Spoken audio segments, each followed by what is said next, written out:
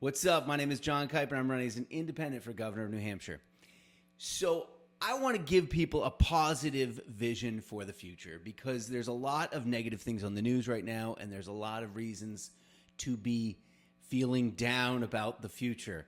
But I don't think that we should feel that way. I think that we have a potentially great future ahead of us, but it requires us working together over the next 5 to 10 years on a very specific goal. And what is that goal? I think that in our lifetimes, I'm 42, we will see the end of work, the end of labor pretty much as we know it. And it's a really hard concept for a lot of people to understand because their entire lives have been devoted to and built around work from the very moment they started school. You know, the question of what are you going to do when you grow up? And when you meet somebody, you say, what do you do? Meaning, where do you work? How do you make money? What does your life entail around your job? And then we value people based on whatever occupation they have. If you meet someone that's a lawyer, you go, whoa. If you meet someone who owns a restaurant, you go, wow, that must be fun. If you meet someone and they say, I'm a teacher, you go, wow, that's got to be hard. And, you know, likewise, if you meet someone and they say, oh, I drive a truck, you all of a sudden think things about them, you know, that they're a truck driver. So they probably spend a lot of time on the road, aren't home as much, you know, that sort of thing. So we have all these preconceived notions about people because of their jobs. And what will happen when that goes away? Because that's going to happen, okay? Almost all the jobs are going to go away in the next 10 to 20 years. Almost all of them. There is not a job out there, even a physical job like roofing or painting, that I cannot find a robot that's in development right now that will be eliminating those jobs. Every job, sure. There's definitely always going to be humans needed to oversee the robots in certain aspects. But think about this. We are on the verge, or these companies are, of building a robot that is smarter than us. What happens after that? What happens if we build something that's smarter than us? I mean, can you imagine that if what would happen if you had, let's say, a monkey, and you trained it, and then suddenly, you know, you trained it so well that suddenly it was smarter than you and me? What would that monkey do? He'd probably be kind of mad about all the monkeys in the zoo. So what are the robots going to do? I don't know. But we could be on the cusp of a really great world in which all of human knowledge has been applied towards this one goal of not working. Okay, and this is possible. And not only is it possible, but I firmly believe if all of the people said, hey, this is the future we want. We want the world in which we don't have to work anymore, in which the robots grow the food, in which the robots deliver the food, in which we just get the food, and your gift to humanity is your existence. Because there's one thing the robots can't do, and that's recreate humans. Okay, at least not yet. So we will be needed to make babies and to do all the things that robots can't do, such as just experience life. So I imagine a world, post-labor world, okay, where there will still be work, but you won't have to do it. It'll be completely voluntary. For instance, there will be restaurants, okay, but the people that work at them will just be people who enjoy cooking or people that enjoy talking to customers. Because a lot of waiters and waitresses and bartenders and cooks, they like their job. They just don't want to have to do it 40 hours a week or 50 hours a week. And they don't want to do it for less than fair wages. But in this post-work world, money is going to be literally infinite. The robots and the AI are going to make capitalism so efficient that capitalism will simply cease to exist. It will be a perfect system if we create it that way.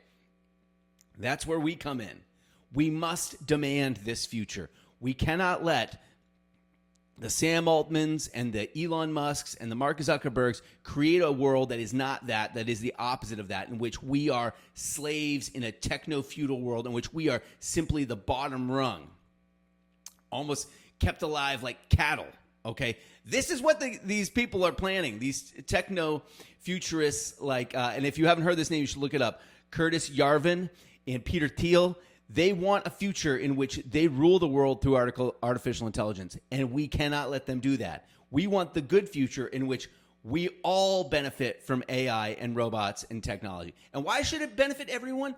Because they have trained AI on all of the information in the internet, literally. So they may have used a conversation that you had on Reddit or something that you posted on Facebook or whatever, who knows, or a book that you wrote or a book report or something that you put on the internet. It could have gone through there and pulled it in, and it's used all the history that humans have put on the internet, and so we are all entitled to compensation for that. And we should just get paid for being humans. And that will be the only future that is good. It will be one in which we have not just a universal basic income, but a universal standard of living that is good, that is great, where you are getting, subsidized, and it's going to have to because there will be no jobs. Okay, so just think about this. You will get a house, you will get food, you will get clothing, you will get all of these things. And then because honestly, we are so programmed to work that if we all stopped working tomorrow, people would get depressed, people would lose all, connection to society. And therefore, I think there will be this basic level of income. And then if you want to go and work 2 shifts at a restaurant, you get extra money, right? Because you're not going to want to work a lot. You won't need to.